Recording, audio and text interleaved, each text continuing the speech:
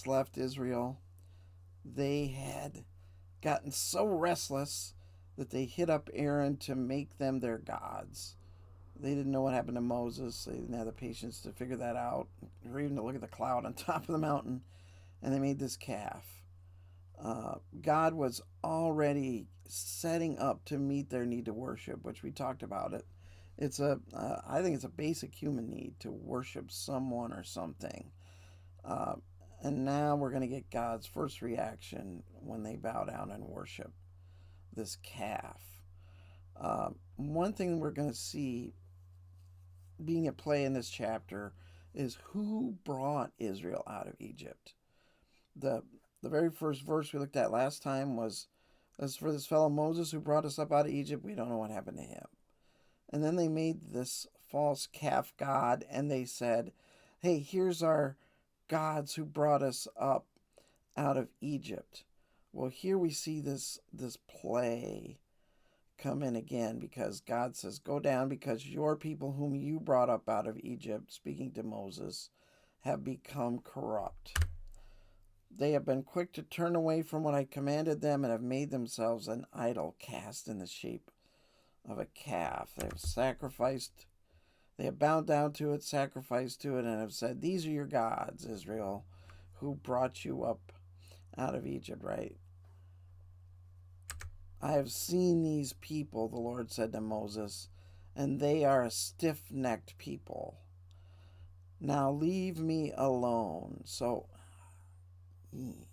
what the Lord is looking to do here is so intense that he knows Moses shouldn't see it, shouldn't interfere with it. Now leave me alone, so that my anger may burn against them and that I may destroy them.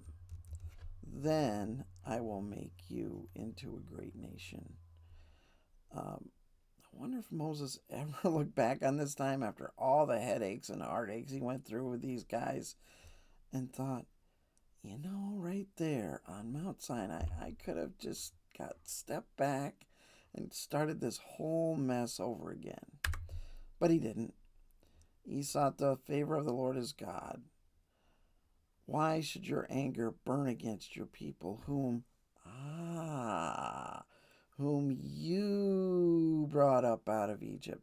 It was Moses and God together that had brought the people out of Egypt with great power and a mighty hand.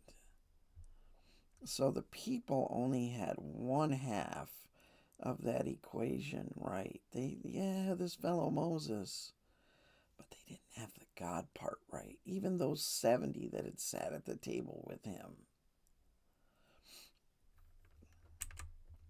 Why should the Egyptians say it was with evil intent that he brought them out?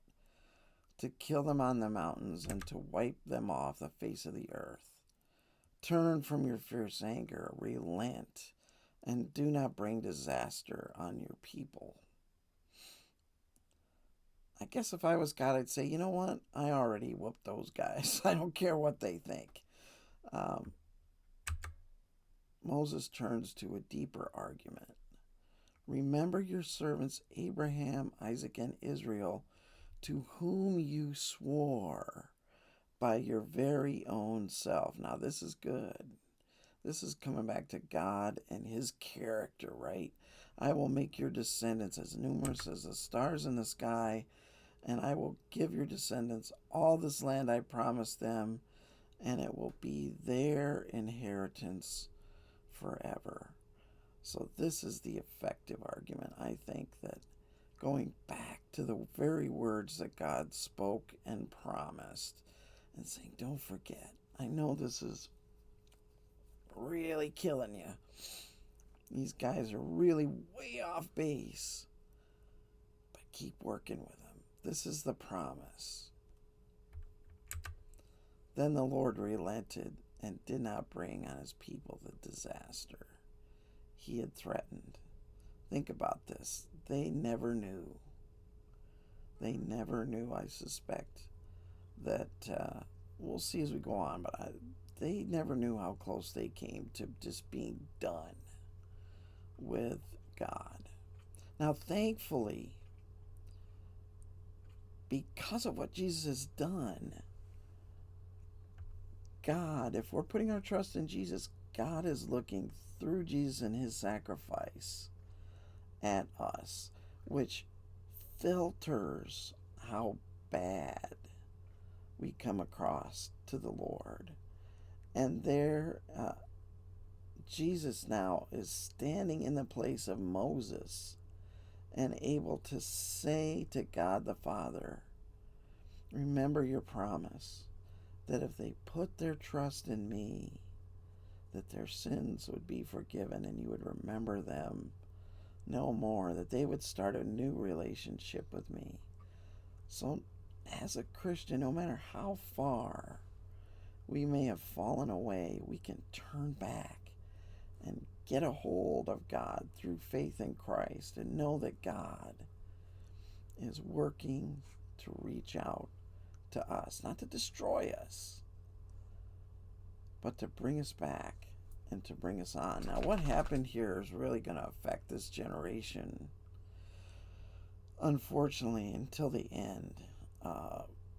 God had been worried, right, that the people that you go into, to whose land you're going to enter, make sure you destroy all their tools of worship, destroy everything, because they don't want you corrupted. They corrupted themselves here, right?